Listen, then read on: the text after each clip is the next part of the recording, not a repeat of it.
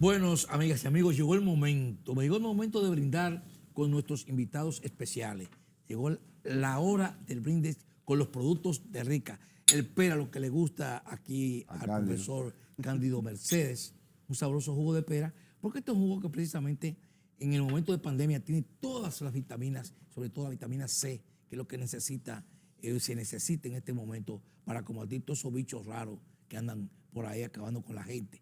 Y Rica siempre está presente con estos productos. Ahí está la pera, un sabroso jugo de pera con todo el sabor natural de lo que es esa fruta. Se siente el sabor, pero siempre con un sello. Ese sello es con la calidad de Rica. La calidad de Rica es indiscutible. Usted lo busca en cualquiera de sus productos. Ahí están las gamas de productos de Rica. La manzana, la naranja, los yogures, todos con un sello que representa la marca. Precisamente porque la calidad no se oculta. La calidad siempre sale y por eso Rica está presente en cada uno de sus envases. Salud con Rica. Profesor, adelante. Profesor, usted analizaba en el primer segmento hacía las valoraciones respecto al discurso de Leonel Fernández. Todavía queda mucho tiempo para analizar todo lo que fue esa alocución de aproximadamente media hora, pero ya usted hizo más o menos unas pinceladas. Nos gustaría de igual manera también que usted nos valore la locución del señor presidente de la República la semana pasada, presidente Abinader, en la rendición del primer año de gestión. ¿Cómo usted pudiera hacer esas valoraciones? Como sociedad hay que valorarlo porque no estaba obligado constitucionalmente a hacer eso. Habría que esperar el 27 de febrero.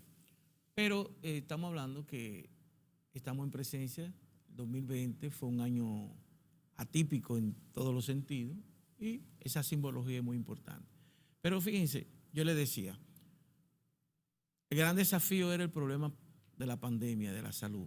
En el discurso, fíjate que hasta llevó una representación de los médicos del papel tan estelar que han jugado.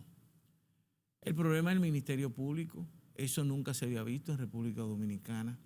Y fíjate que nadie de la gente cercana a los que están acusados han podido decir nada, solamente que se les respete el debido proceso. Pero cuando tú lees esos expedientes que ha construido el Ministerio Público, ahí no hay nada que buscar. Que no sé a ver si en vez de 10 años, 20 años, le rebajan, pero de que aquello es desastroso, aquello es pus, no hay la menor duda. O sea, el Ministerio Público, un avance. Por primera vez que se funda el Consejo Nacional de la Magistratura, nada de sobresalto ni repartidera hostil y grotesca. Se eligieron 4 miembros del Tribunal Constitucional a la luz de lo más decente posible. Se eligió el Tribunal Superior Electoral. Yo estaba de acuerdo que pusieran ahí por lo menos 2, porque el tribunal que más éxito tuvo, no lo digo yo, lo dice PC, lo dijo la OEA, lo dijo Uniores, que el Tribunal Superior Electoral jugó su papel histórico. Ahí todo fue por las leyes. Entonces tú tienes que dejar por lo menos uno. Por lo menos uno debieron dejar. Eso es correcto. Ahora, que quitaron a todos de la Junta Central Electoral. Bueno, pero los de la Junta no hicieron su mejor papel. Se quitaron todo lo de la Cámara de Cuentas, el Senado, pero la Cámara de Cuentas había que quitarla 100 veces, ¿me entiendes? Pero entonces, con excepción de una que sí jugó su papel, pero ella era una El defensor sola. del pueblo también. El defensor del pueblo también. El defensor del pueblo, tú podrás. Yo no tenía nada contra Henry Merán, me luce que es uno de los políticos serios, decentes, preparados, ni contra Fidel, pero este era el que, a la luz de lo que dice, sacó la mejor nota.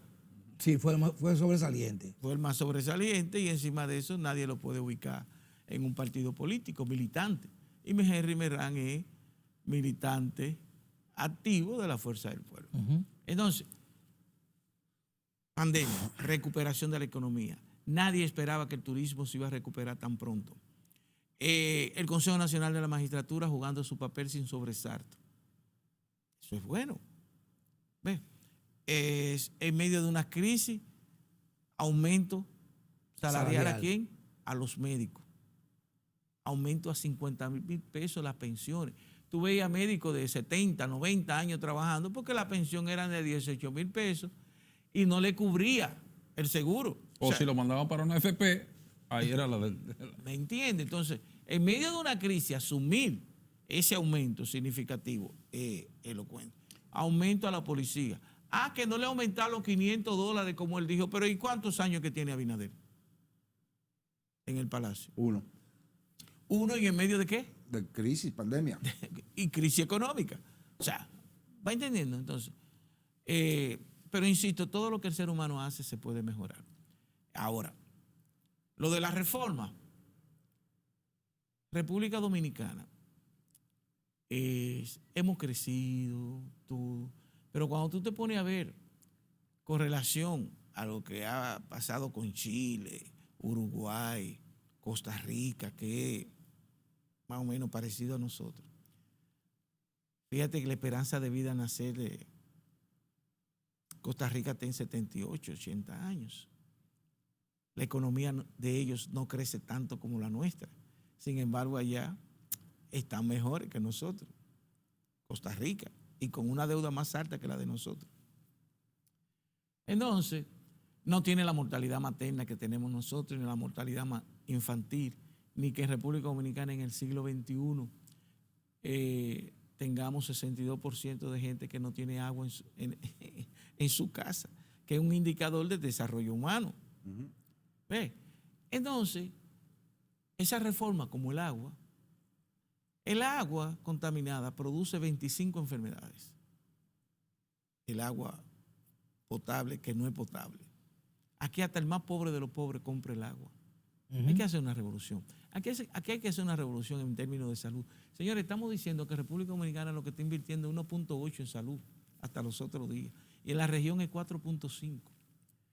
La protección social aquí es 7.6 y en la región es 10.5. Entonces aquí hay que hacer reformas y decirle a esos empresarios que no tienen visión que hay que hacer reformas y esa ley fiscal integral tiene que venir. ¿Por qué tiene que venir? Mírenlo ahí. La presión tributaria es 13.5, pero el gasto público total con respecto al PIB en República Dominicana es 18. Si tú restas 18 a 13.5, eso te da 4.5. O sea, el Estado está invirtiendo 4.5 más de lo que está recaudando. ¿Y de dónde lo das? Del endeudamiento, en gran medida. ¿Ve? ¿Pero por qué?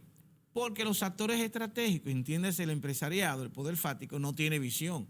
Y tú tienes que admitir que República Dominicana necesita un gasto público mayor que el que está generando. ¿Y en cuáles aspectos entiende usted que debe de ir esa reforma?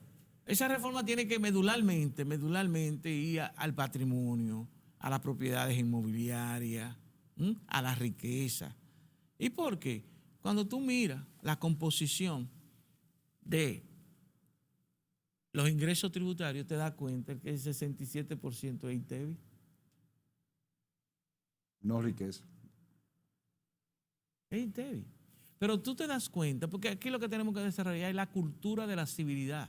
Nosotros somos líderes en fraude social. Cándido, ¿cómo se expresa el fraude social?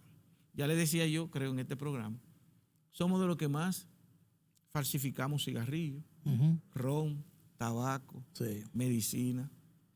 Pero, señores, la evasión del ITEVI en República Dominicana, ¿tú sabes cuánto está? 40%. ¿Y de impuestos sobre la renta cuánto? 60%. Aún con los controles. Pero entonces, ¿quién es que roba el ITEVI? Soy yo. El empresario. Porque el empresario te cobra a ti el ITEVI, porque él es agente de retención. Sí. Él es doblemente ladrón.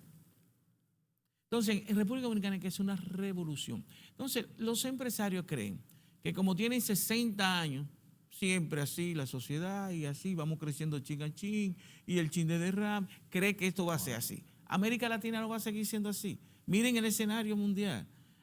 Tensiones sociales, malestar social. Aquí había lo que se llama riesgo político como consecuencia de la corrupción y de la impunidad. Dice un experto, el riesgo político es el que se deriva como efecto de decisiones o eventos políticos que afectan significativamente al gobierno o a las empresas. ¿Como consecuencia de qué? Crisis geopolítica, crisis interna, crisis de amenaza de seguridad, amenaza de terrorismo, amenaza de ciberseguridad y corrupción y protesta social. Nosotros teníamos esas dos Ahora, Cándido, en el 2020. el presidente en su discurso de la semana pasada habla de 12 grandes modificaciones, retos que tenemos, que van en un abanico de situaciones para la sociedad dominicana. Esas 12 transformaciones, modificaciones a las leyes sustantivas de cada una de esas, ¿tú crees que es posible, incluyendo la reforma fiscal? Él debe generar un amplio consenso y fortalecerse mucho en la sociedad civil, porque los actores políticos de República Dominicana siguen manejándose en el mismo libreto de los años 60, 70, 80, 90, igualito. Y con esta herencia del pasado que tienen sobre sus hombros de corrupción, le es difícil. Y entonces el gobierno tendría entonces que como que negociar mucho con esos actores políticos. Debe ir, visibilizarlo, discutirlo ampliamente con la sociedad, los actores políticos, las iglesias. Pero de esas 12 reformas, hay muchas que no conllevan Grandes sacrificios. no, sacrificio. por ejemplo, Contraloría, Cámara de Cuentas, eso con el Congreso. Tú tienes la ley de agua, eso es una ley de Una agua ley que que se está todo aprobando el mundo así está ya. esperando esa ley. Exacto. Sí. Tú tienes transformación digital. Ya yo vi el proyecto, sumamente interesante. Eso es una decisión política del presidente, ¿me entiendes? O sea, eso no es una reforma en términos. Si tú quieres profundizarla, la lleva al Congreso, pero no amerita ese gran. Y visibilizarla para que la sociedad vea las ventajas que todo eso tiene para la sociedad. O sea, no visibilizarlo solo en los actores políticos, porque ahí puede quedar amarrado, entrampados, y no debe. Y ahí lo que tú tienes es la reforma a la Constitución, el procurador, que ya ustedes vieron que Leonel Fernández Dice que tiene independencia. hizo una explicación. Ujú. Yo lo que auguro es que esta sociedad es un proceso, lo que yo planteo es cultural, porque en gran medida, al final, todo se debe a la decencia, a la civilidad, a la honradez, a la honestidad de los actores públicos. Pero ¿cuáles otros puntos usted entiende que deben problema de de la- modificarse a la Constitución de la República? Porque esto es un tema muy delicado y como bien usted dice, los actores de la sociedad, pues debe haber un consenso. ¿Usted entiende que además de esos puntos que usted acaba de mencionar de la reforma constitucional, hay otros que se han criticado que deben de corregirse en su momento? ¿Pudiera tener la oportunidad ahora en esta reforma, esos puntos de algunos baches que tiene la Constitución de la República? Se pueden, participación ciudadana, ya nos vamos a reunir, que eso es lo bonito de esa organización. Ahí se construyen sinergias, ahí se plantea que nadie es más inteligente como todos juntos.